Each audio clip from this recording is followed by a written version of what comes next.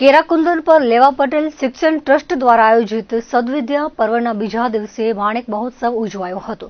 આઈટીઆઈમાં સંસ્થાના તમામ પૂર્વ વિદ્યાર્થીઓ અને શિક્ષકોનું સ્નેહ મિલન યોજાયું હતું। આઈટીઆઈના 40 વર્ષની ઉજવણીના ભાગરૂપે માણેક મહોત્સવ યોજાયો હતો। સંસ્થાના તમામ વિભાગના પૂર્વ છાત્રો દેશભરમાંથી હાજર રહ્યા હતા। સદવિદ્યા મહોત્સવના બીજા દિવસે સાંજના સત્રમાં રંગારંગ કાર્યક્રમનું આયોજન કરાયું હતું, જેમાં સંસ્થાના તમામ છાત્રોએ વિવિધ સાંસ્કૃતિક કૃતિઓ રજૂ કરી હતી।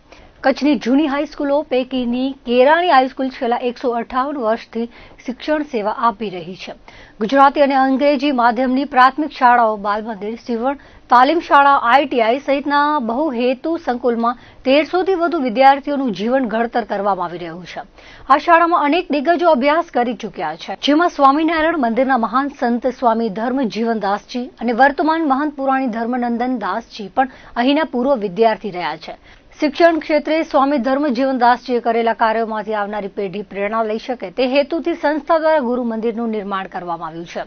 ગુરુ મંદિર અને ઓડિટોરિયમનું મંગળવારે અનાવરણ અને ઉદ્ઘાટન કરાયું હતું। આ વેળાએ સંસ્થા માટે દાનની સરવાણીઓ વહી નીકળી હતી।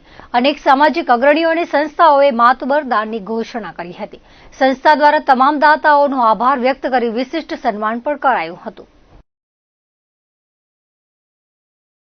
અત્યારે આ સંસ્થા દ્વારા સદવિદ્યા પર્વ 2024નું આયોજન થયું છે। આ શાળાના ભૂતપૂર્વ વિદ્યાર્થી એવા સદગુરુ ધર્મજીવનદાસજી સ્વામી કે જેમણે શિક્ષણની જ્યોત છે કચ્છની અંદર જલાવી, એમનું જે પ્રતિમા છે એમનું અનાવરણ પણ દાતાશ્રી અને મહંત સ્વામીના હસ્તે થયું।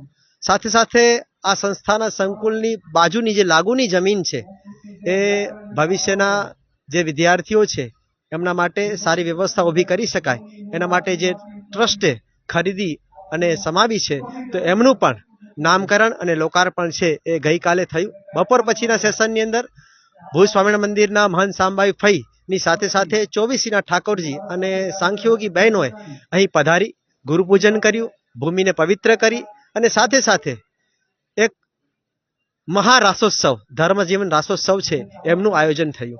આજે અહીં આ શાળાની અંદર ભણેલા જેટલા ભૂતપૂર્વ વિદ્યાર્થીઓ છે એમનું સ્નેહ મિલન છે, જેની અંદર અમે આ શાળાની જે શિક્ષણ યાત્રા છે 158 વર્ષ જૂની છે અને છેલ્લા 50 વર્ષથી કેરાકુંદન પર લેવા પડેલ શિક્ષણ ટ્રસ્ટે આ યાત્રાને આગળ વધારી છે। તો આ સ્કૂલની અંદર ભણેલા, બાલ મંદિરની અંદર ભણેલા હોય, આઈટીઆઈની અંદર ભણેલા હોય, પ્રાથમિકમાં હોય કે ઉચ્ચતર માધ્યમિકની અંદર હોય, જેમણે આ સંસ્થાની અંદર અભ્યાસ કર્યો છે એવા લગભગ 1500થી ઉપર વિદ્યાર્થીઓ અહીં પધાર્યા છે અને શાળાની અંદર ભણી અને ઉચ્ચ અભ્યાસ જેમણે કરેલો છે એવા લગભગ 150થી ઉપરાંત વિદ્યાર્થીઓને આજે આ સંસ્થા છે સન્માનિત કરવા જઈ રહી છે।